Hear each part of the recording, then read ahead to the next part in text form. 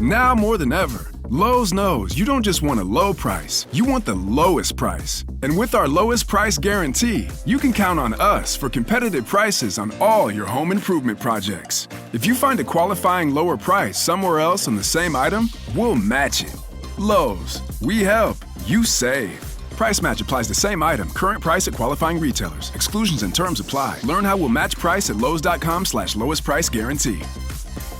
At Sierra, discover great deals on top brand workout gear, like high-quality walking shoes, which might lead to another discovery.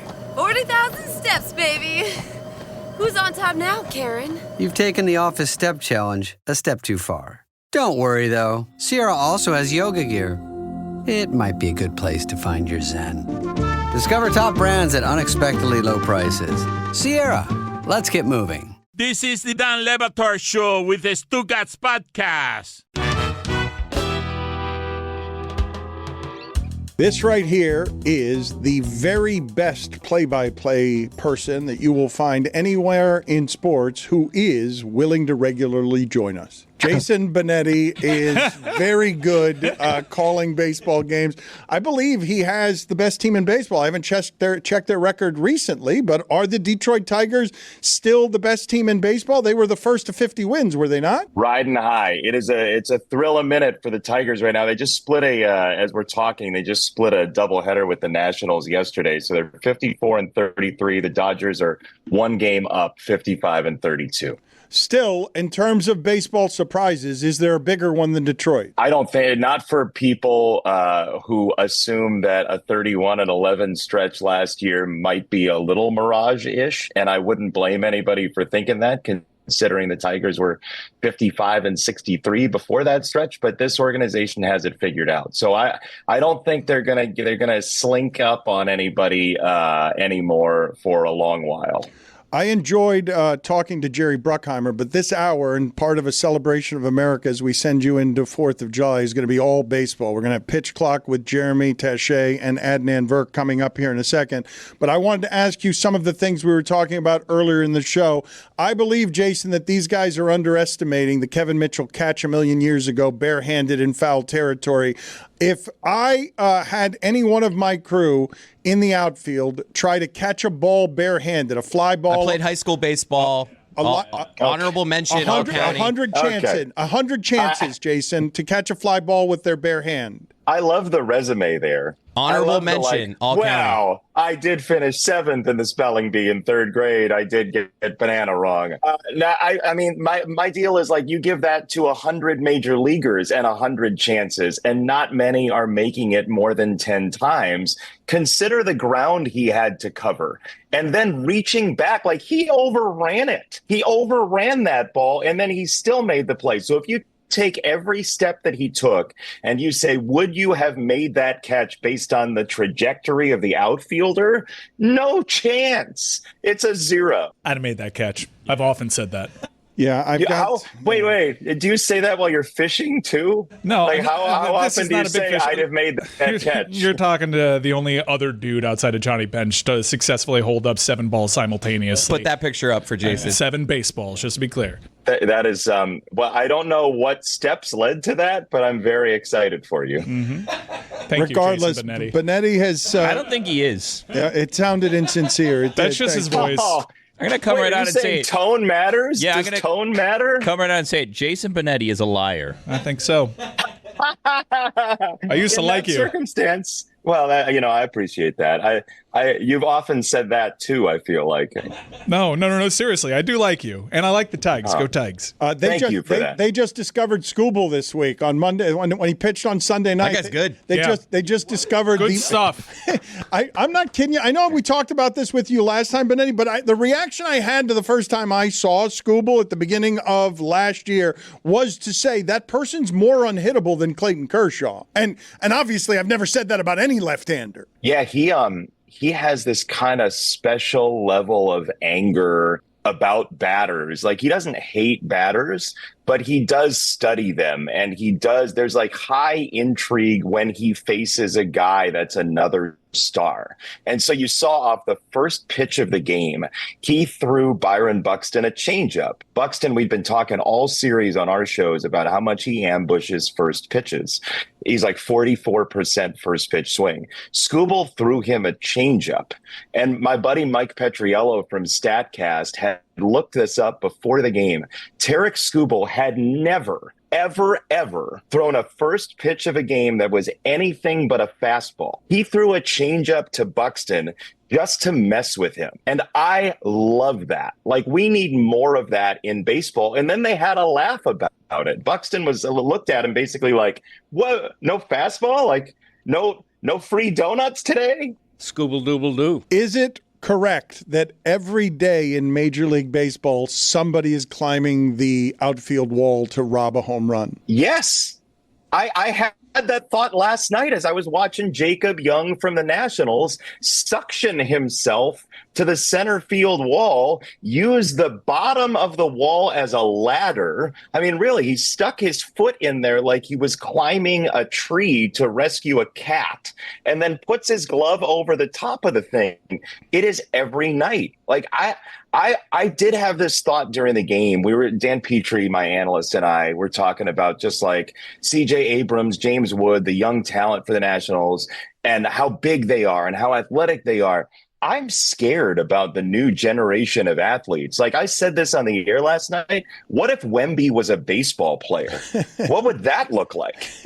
Well, a big strike zone. He'd strike out a lot. It wouldn't look like what Aaron Judge is doing. That's true. That's very true.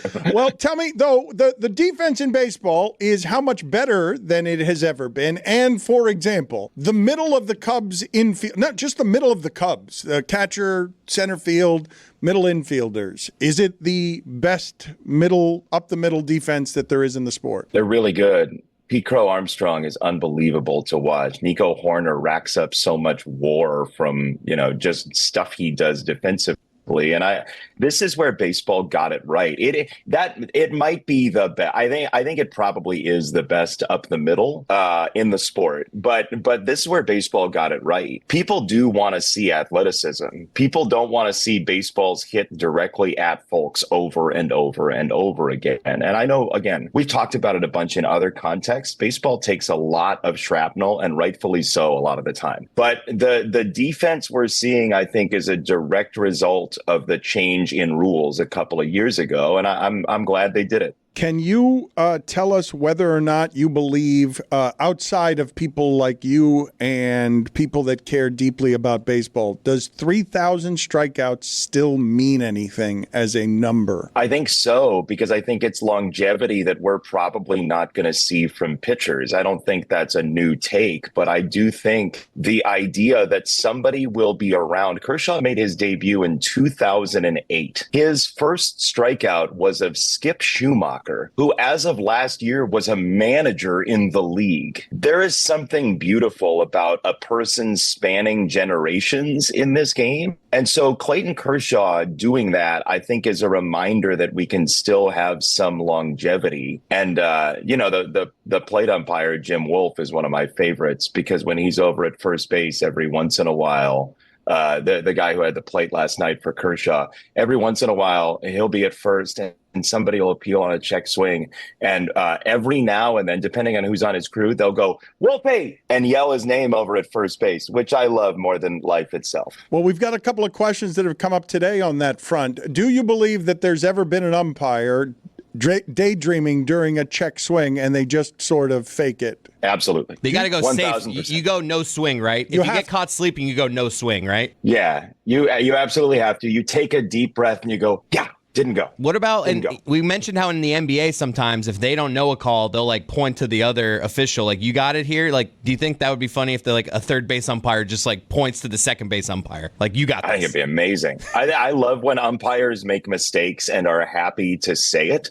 So they've been working with the umpires, the league has, to get the umpires to talk more on the microphones, right? To give us better explanations. And we had one the other day, Dan Isonia, who's been around a while. He's a really good umpire, I think. And Dan, as he was announcing the call, said the ruling on the field has been overturned. What? No, it stands. He just forgot which one it was and kind of smiled and gave it that look like, oh man, but acknowledged it and was willing to play with it. I think we need more unseriousness from umpires.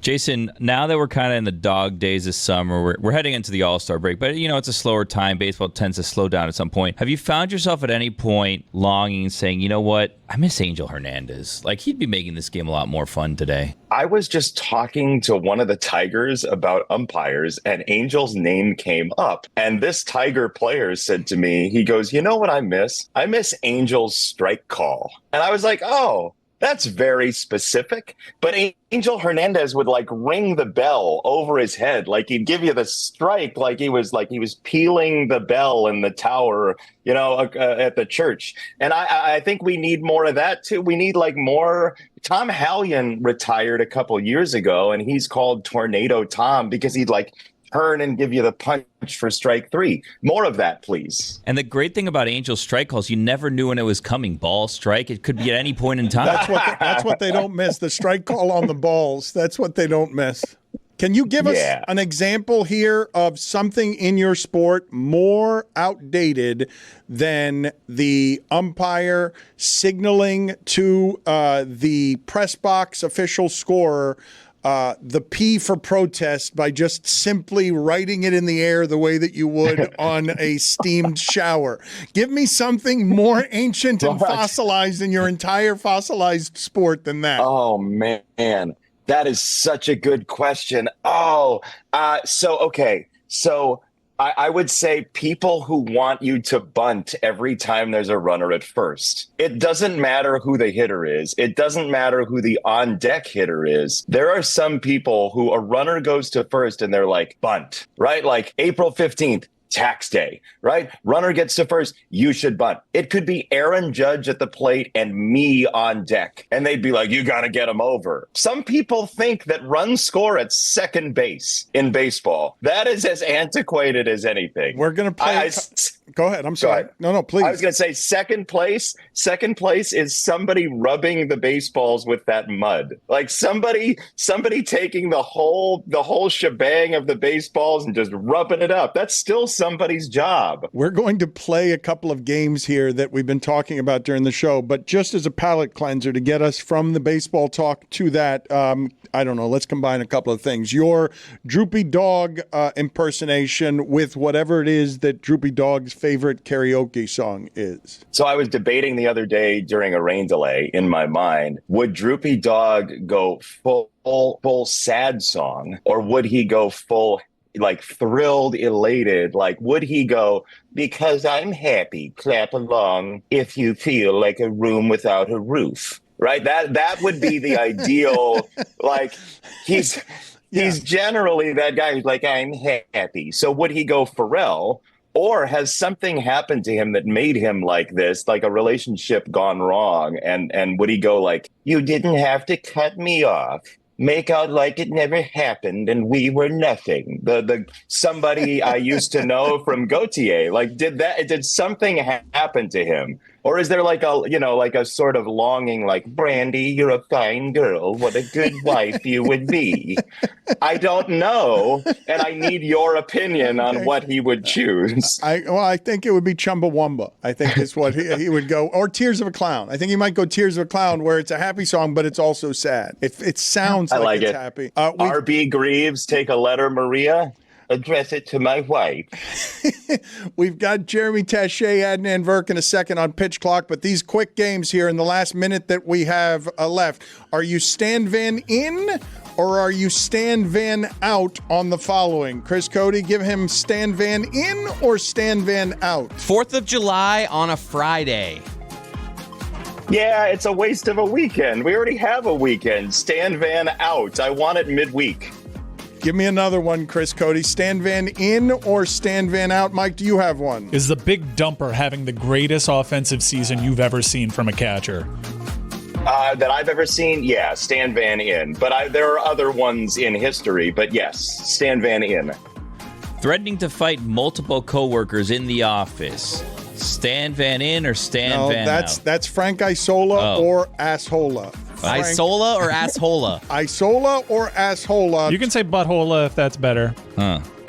No, I mean, I've threatened to fight one coworker, but I think the multiple is it's over the line. So asshola. Asshola. You just wanted me to say asshole. That's right. Assuming people can catch a fly ball barehanded despite not knowing them from a hole in the ground. Thank you, Jason Benetti. Good seeing you. Good talking to you. It's asshola. Bye. What's up, guys? Tony here, and I wanted to talk about something super important, and that's how I keep my home protected. Obviously, you guys know I have a little one back at home. My wife is there with her, and I get tremendous peace of mind knowing that the moment I leave for work, that my home, my property, my family is protected, not just reactively, but proactively by Simply Safe. They are the #1 for home security on the planet, on the market. There's nobody better than Simply Safe. I got the cameras going on. I got indoor cameras. I got outdoor cameras. I'm looking all over the place. Most security systems only take action after somebody breaks in, but you and I know that's too late, especially when you have a little one at home and when you have your wife at home and the big dog's not there, right? Simply Safe's new Active Guard outdoor protection helps stop break-ins before they happen. AI-powered cameras, live monitoring agents detect suspicious activity around the property. If somebody's lurking, agents talk to them in real time, turn on spotlights, and can call the police, proactively deterring crime before it starts. Everything's on the app. I want to see the cameras. Boom. I see who's walking their dog a little too close to my yard, maybe leaving some dog residue close to my yard. I can go on the microphone and say, buddy, clean up after your dog. Over 4 million Americans trust Simply Safe, and so do I. Simply Safe is offering Batard Show listeners 50% off a new system with professional monitoring. Plus, your first month is free. Visit simplysafe.com/DLB to claim this offer. That's simplysafe.com/DLB. There's no safe like Simply Safe. Jeremy, you know something about me, right? You know when I'm grilling outside and it's summertime, you know how I supplement my summertime? Of course I do.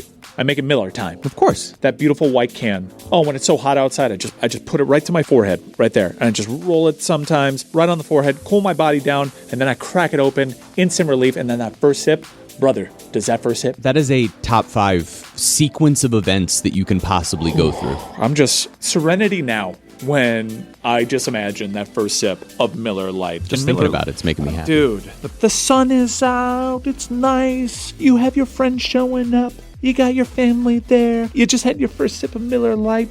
And you know what? You're happy. You're blissful. You're fulfilled. I've been stocking my cooler with Miller Lite for years, and for good reason. It's brewed for taste. Only 96 calories and 3.2 grams of carbs. This year, Miller Lite turns 50. That is 5 decades of cookouts, laughs, and ice-cold moments that never miss. It's the original light beer, and it's still my go-to. Miller Lite. Great taste, 96 calories. Go to MillerLite.com/Dan to find delivery options near you, or you can pick up some Miller Lite pretty much anywhere they sell beer. Cheers to 50 years of Miller time. Celebrate responsibly. Miller Brewing Company, Milwaukee, Wisconsin. 96 calories and 3.2 carbs per 12 ounces. Folks, nothing says summer like long days, clutch plays, and firing off a few bets on the game. All with DraftKings Sportsbook. Never bet baseball before? Hey, it's easy. Pick a guy to go yard, hammer some live odds mid-game, or just ride with your squad and hope for the best. No spreadsheets, just vibes and dingers. Here's something special for first-timers. New DraftKings customers. Bet $5 and get 150 in bonus bets instantly. Download the DraftKings Sportsbook app. Use code DAN. That's code DAN for new customers to get $150 in bonus bets instantly when you bet just $5. Only on DraftKings. The crown is yours. Gambling problem? Call 1-800-GAMBLER. In New York, call 877-8-HOPE-NY or text HOPE-NY at 467-369. In Connecticut, help is available for problem gambling. Call 888-789-7777 or visit ccpg.org. Please play responsibly. On behalf of Boot Hill Casino and Resort in Kansas. 21 and over. Age and eligibility varies by jurisdiction. Void in Ontario. Bonus bets expire 7 days after issuance. For additional terms and responsible gaming resources, see dkng.co/audio. Dan Le Batard. Punctuate this segment with what is your strike 3 call. Well, strike 1 would be strike, and then you stand up and you give a good point to the right. Stugotz. That's same for strike 2. But strike 3, you get down low, you got your hands behind the catcher. All right, the right arm goes up into the air. Yeah, and then you finish it with the punch.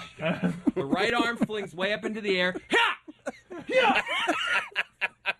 I wish I could see that. It's terrible. The audio's great. This is the Dan Le Batard Show with the Stugotz.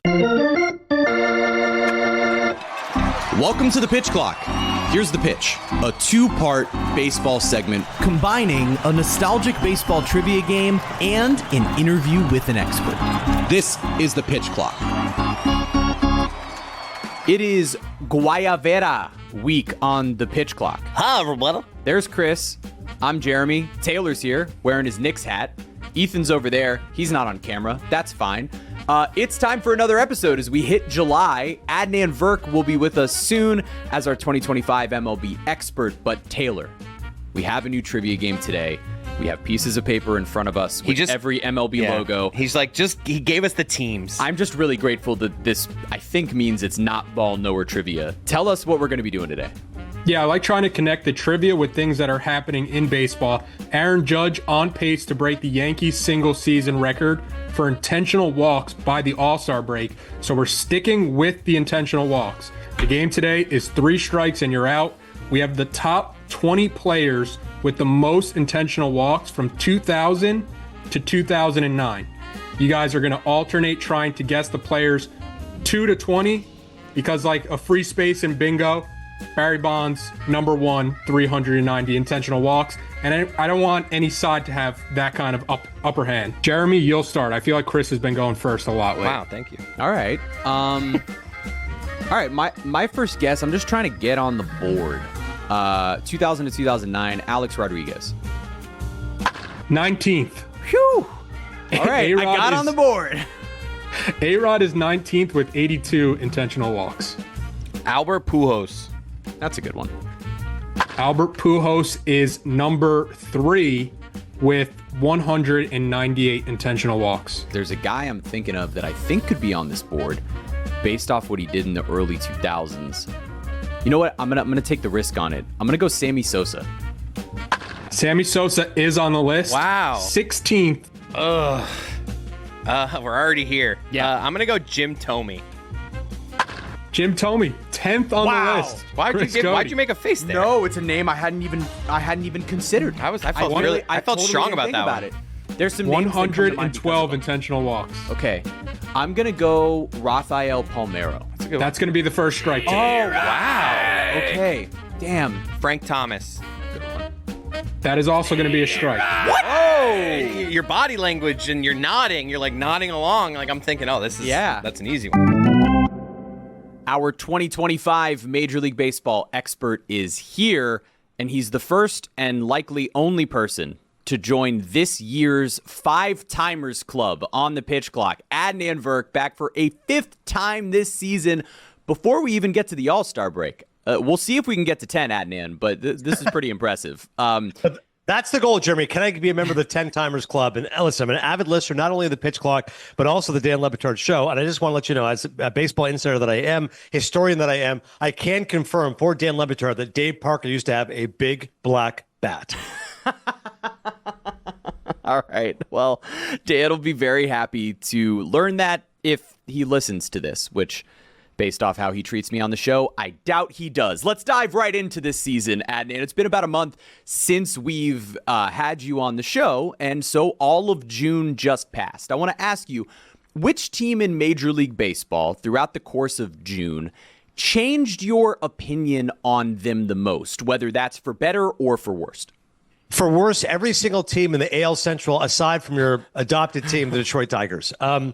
Let's go with Royals specifically. I love Bobby Witt. He was second, obviously, in the MVP race a year ago, but he's not been Bobby Witt so far this season. Been pretty pedestrian numbers by his lofty standards. Maybe he makes the All-Star game just because he's Bobby Witt, but hasn't been the same player. Sal Perez is like a 620 OPS, been a real disappointment. Jack Caglianone's hitting 180 as a big leaguer. That's been a disaster. Ton of strikeouts. I know he's got a ton of promise, but it's been a while to see him get going. Pasquantino, again, too much swing and miss. Their pitching is good. I mean, Lugo's been tremendous as always, but Reagans has been hurt. Waka's been decent. Royals, to me, a real disappointment, buddy. My buddy Greg Amsinger at MLB Network had them going all the way to the World Series. That ain't going to be happening. Royals aren't going to the playoffs. Not only did Greg, you did on this show. You said the Royals and the Greg, but good memory by you. I'm always going to remember that because we said the Pasquatch would be out here winning a World Series MVP. Unfortunately, it doesn't look like that's where we're headed. But you know where we are headed? The Marlins sit at the end of July in the exact same spot that my Gritty Tigers from last year in 2024 did, which is 8 games under 500 and 8 games back of the final wild card spot in their league. Wow. You, is there any case to be made in your mind that the Miami Marlins could end up being this year's Detroit Tigers? I mean, it's incredible work by you and very creative. And again, congratulations on winning your latest honor as a South Florida's greatest reporter. There's no doubt about that. But they're 37 and 45. I mean, I don't see them pulling off what the Tigers did. But again, I didn't see the Tigers doing what they did until it happened. So I mean, I was completely surprised they did it from August 11th on. They're unbeatable. They're hitting over 300, 360 on base, over 500 slugging percentage. They're averaging 7.5 runs per game during the 7-game win streak, collected 10 or more hits in all those games.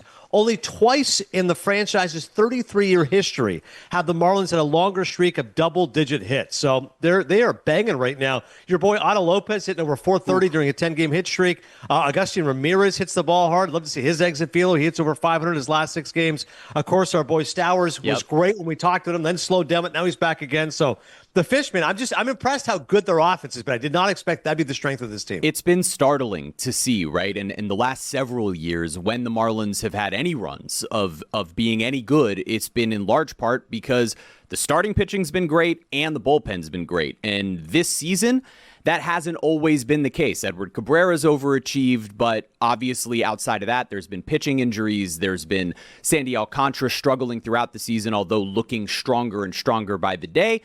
Maybe he can give the Marlins a second-half Skbual run. We will see. We will see what happens there, but it's been really fun to watch it thus far as we headed into July. Okay, Big Papi. Big Papi is on the list. He's 17th with 87 intentional walks. I had Big Papi, and I also have Manny Ramirez. I'll go Manny, even though it's weird to have 2 on the same team. Manny Ramirez is an even better guess, number 4. Wow. 174 intentional walks in that decade. Good Lord. You know what? I'll just go ahead with one of the ones that I was going to guess, and I'm worried that it's going to be wrong. Chipper Jones. That's a great one. Chipper Jones is on the list. He's 9th on the list. Great. 127 intentional walks. So I'm going to go with Miguel Cabrera. That's one of mine that I have written down. But he's only started his career in 2003. Yeah, and he was like plenty of time, right? Yeah.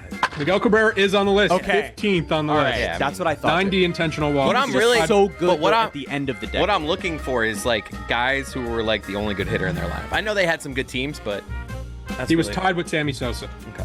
How about? I'm worried this isn't going to work, but how about Ken Griffey Jr.? Ken Griffey Jr. sneaks onto the list at 20. That's crazy. Man, I got 19 and 20. That's crazy. With 76. These are like just a couple of foul tips with 2 strikes in the count. Like the fact that I'm staying alive there. Wow. My turn? Your turn. Todd Helton. That's one of mine.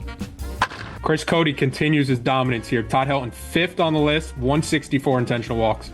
I'm getting higher guys on the list. Right. That's why he says I'm dominating. Yeah, sure. You're squeaking into this list. Average depth of list, you're doing better, but we both have 1 strike. Yeah. I believe Chris Cody's gotten 3, 4, and 5 so far. I might get this wrong, but... So 2 still on the board, huh?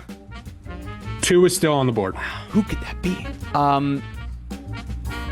Larry Walker. No. Too early. Like played in the Larry Walker is not on the list. Yeah. That's going to be the second strike. Yeah, I knew it. Should have been thinking of. Jason Giambi.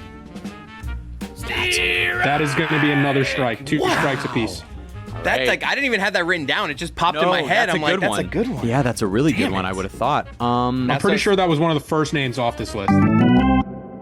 Adnan, the trade deadline is at the end of this month of July, and it looks like there are going to be a lot of teams in position to buy. So I will ask you this question. Who do you think will be the most aggressive buyer at the trade deadline? And as you look around the league, who's the name that you're looking at that you think may be the biggest name moved? A lot of teams are buying, but not many teams are selling. So this is the downside of the extra wild card, is now more teams say to themselves, well, we're 6 games under 500, but we're only 3 games back of the wild card spot. So then less teams are willing to punt on the season. So I think it's tricky to see which teams will be sellers. I look for guys like Bailey Falter, the Pirates. He's been great for them, really under the radar. Could be a really good pickup for a team who wants starting pitching. I'm curious about offense. Eugenio Suarez has been great for the D-backs. Josh Naylor could be a name. I think the D-backs should punt. They're about as even-steven as you get. They're a 500 team. They've been average on the road, average on the road. To me, I'm like, if you sell some assets of pending free agents, guys like Zach Gallen and Naylor and Suarez, you could get a lot for it. But I think Arizona says to themselves, well, we're only 4 games back to that third wild card spot, and maybe they don't punt. But there's going to be lots more scuttlebutt in the next couple of weeks ahead. And this is the best part about baseball, right? Because you just told me in this episode both that the Royals, who you predicted would go to the World Series, were the most disappointing team to you in June, and the Diamondbacks, who you predicted would go to the World Series, should sell at the deadline. And that's what makes baseball spectacular, because you never know what's going to happen in a given season. But let's get to our Golden Era star of the week. I'm actually going to give you 3 names here, Adnan, all based off of what they did in June. So Garrett Crochet led Major League Baseball in strikeouts. Zach Wheeler led Major League Baseball in ERA with, I believe, a .56 ERA in the month of June. And then there's the guy you just mentioned, Eugenio Suarez, who tied the big dumper for both home run lead and RBI lead in Major League Baseball in that month. Which of these 3 stars do you want to lock in on? Crochet, I think, is a runner-up for the Cy Young to Skubal, and Suarez can bang with the best of them, but I'm going with Zach Wheeler. I met him last year, and as you know, Jeremy, when they're nice to us, we'll be nice to them forever. That's right. And Zach told me he was a fan of my works, and I'm a fan of his work forever. Let's get this guy a Cy Young, man. He was runner-up in the Cy Young a year ago to Sale. He was a runner-up to Corbin Burns when he should have won. He throws more innings than anybody. He's an absolute horse for the Phillies. He's a 2-time Tommy. Remember after he had Tommy John with the Mets, everyone goes, don't touch this guy. He goes to the Phillies. He was absolute steal. Now he's on his 2nd contract. He's still worth all the money. And you're right. He allowed a total of 2 earned runs in 5 June starts. He's absolutely spectacular. The thing I love about Wheeler is he wants to finish what he starts. He struck out 10 in 8 innings. Nobody does this anymore. He tossed 6 hit ball, did not walk a single batter. I'm hoping this guy finally wins a Cy Young. According to the odds right now, he's runner-up to Paul Skeens right now in the National League. So let's hope Zach Wheeler, always a bridesmaid, never the bride. Hopefully he breaks through this year. I hope it's this year, because it feels like Paul Skeens is going to win every single Cy Young moving forward. So hopefully Zach Wheeler can get his, because he is beyond deserving for the horse that he is and the dominant horse that he is. But Adnan, thank you for your 5th appearance. We'll see if we can squeeze 5 more in the second half of this Major League Baseball season, but it is time to get back to our game of trivia between myself and Chris. Oh, I'm between 2 names, and I'm not really confident in either one of them. Based off Carlos Beltran. Carlos Beltran's going to be Jeremy's 3rd strike. That's such a shame, because I want you to know he wasn't one of the 2 names I was thinking of. But because I wasn't confident in either of the other names, and then I saw the Mets logo, I went, let me go with that. If you say one of the 2 names that I have written down and you Chris win, Cody I'm gonna could be walk furious. it off here, or we're going to go to overtime where it's just going to be a sudden death round. I have 2 names here that I feel like they both should be fine. It's like, which one do I want to go with? Who had less around him in the line? Man, I actually have 3 names that I could have gone with. I'm not happy with myself. This is disappointing. I'm going to go Adam Dunn. Terrible guess. Adam Dunn is on the list. Yes! Chris Cody wins. Yeah! Who's Lance number Berkman? 2? Lance No, Berkman? give me a hint on number 2. Yeah. Give us like a division, Division. You'll think of him NL East, but more so AL West. Hold on. Whoa. He went to the AL West early in the 2000s. Just all right, give us initials. We're not even close. Give us something else. I have no idea what you're talking VG. about. Oh, Vlad. Damn it. Obviously. Oh, man. How did I not That is think so of obvious. Vlad? You know why? It's because if I saw Expos, Yeah, you're right. I might have thought about it. The names right. that you guys missed, the 2 spot was Vlad Guerrero. The 6 spot, you guys named it Carlos, but it was the wrong Carlos Delgado. classic. The biggest surprise on this list, number 7, Ichiro Suzuki. No. I was gonna say Ichiro eventually. I didn't write it down, but I thought of him. I thought about him, Yeah. but I was like, "There's no way." He might have walked a lot, but no way intentional walk. What a different sport we were playing. Jeremy, you mentioned him. You just didn't guess him. Lance Berkman, Ryan Howard, Brian Giles. Ryan Luis Howard Gonzalez. is an obvious one. Who do I have written down right underneath the Phillies? Chase Utley wasn't on there? Ryan Howard. Man. Chase Utley was not. The final name that you guys missed was the 18th name on the list, Bobby Abreu. Yeah. That's a good one. This was good. I like this. That's disappointing, but this is a great game. Taylor, you did a great job. After a rough stretch, 2 in a row for the kid. Don't let him get hot. Don't let me get hot. I won't let him get hot. Next week is going down.